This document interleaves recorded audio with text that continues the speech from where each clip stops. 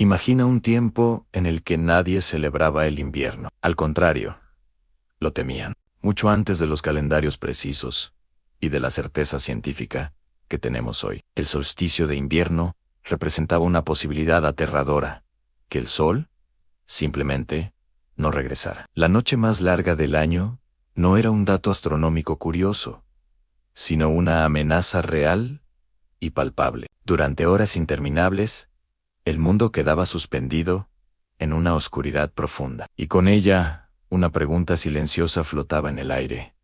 ¿Y si esta vez la luz se apaga para siempre? En las culturas nórdicas, esa noche se pasaba en vela. Nadie se atrevía a dormir profundamente. Se encendían grandes hogueras, pero no para celebrar, sino para sostener al sol. Era como si la llama humana, frágil y pequeña, pudiera recordarle al astro rey que debía volver, que el mundo lo necesitaba. Se creía que en esa oscuridad absoluta, criaturas antiguas y primordiales, gigantes de hielo, espíritus del bosque, entidades que habitaban en los confines del mundo conocido, se movían libremente, aprovechando que la luz alcanzaba su punto más débil. El frío no solo congelaba la tierra, abría puertas a otros mundos, a otras realidades. El viento que silbaba entre los árboles no era solo viento, eran susurros, advertencias. Cada sombra parecía moverse con una intención propia. Los celtas compartían un temor similar. Para ellos,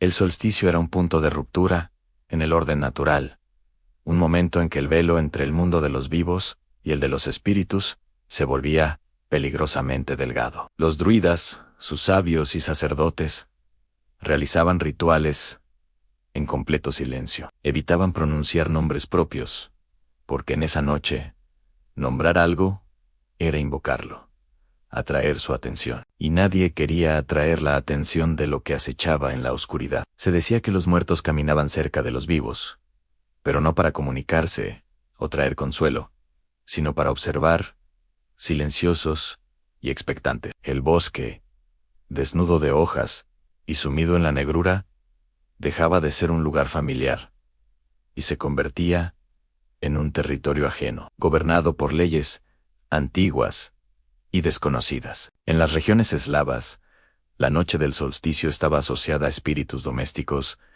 que, normalmente protectores, podían volverse hostiles y malévolos. Las casas se sellaban herméticamente, las ventanas se cubrían con pesadas telas, y nadie, bajo ninguna circunstancia, respondía a golpes en la puerta después del anochecer. Si alguien llamaba, no era humano. La creencia era que la oscuridad tenía la capacidad de imitar voces familiares, de usar tus propios recuerdos en tu contra para engañarte y hacerte abrir la puerta al peligro. Era una noche de desconfianza, incluso hacia los sonidos más familiares. Y este miedo no se limitaba a Europa. Mucho más lejos, en Mesoamérica, el concepto del solsticio, aunque no siempre coincidiera en la misma fecha, tenía un peso similar. La idea era la misma.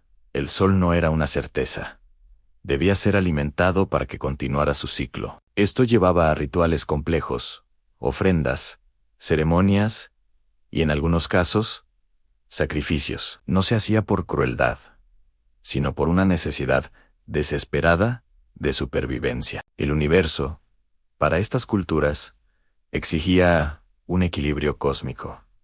Y durante esa larga noche, el balance se rompía peligrosamente. La humanidad debía intervenir para restaurarlo, para asegurarse de que el amanecer llegaría. En los Andes, entre las majestuosas montañas, se creía que los apes, los poderosos espíritus de las cumbres, despertaban con una fuerza renovada durante la noche más larga. El silencio era una regla sagrada. Cantar, reír o cualquier tipo de festejo podía ser interpretado como una provocación, un desafío a estas entidades ancestrales. La montaña escucha, advertían los ancianos. Era una noche para ser pequeño, humilde y silencioso, para no atraer la atención de fuerzas mucho más grandes que uno mismo. Con el paso de los siglos, estas vigilias, de miedo profundo, comenzaron a transformarse. Lentamente,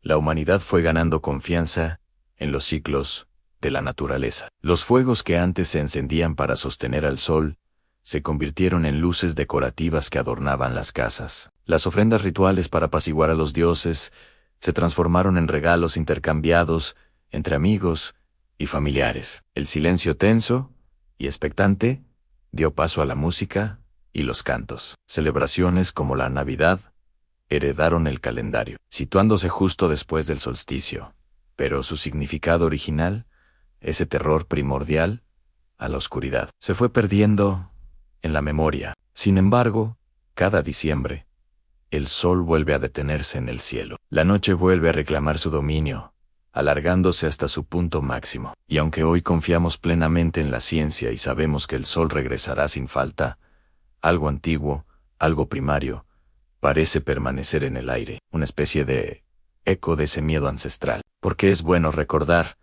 que el solsticio de invierno, en su origen, no era una fiesta, era una espera tensa, una vigilia colectiva, hasta ver si, una vez más, la luz regresaba. Gracias por acompañarme en este viaje al pasado. Si te gustan estas historias sobre los orígenes de nuestras tradiciones, no olvides suscribirte y activar las notificaciones. Nos vemos en el próximo video.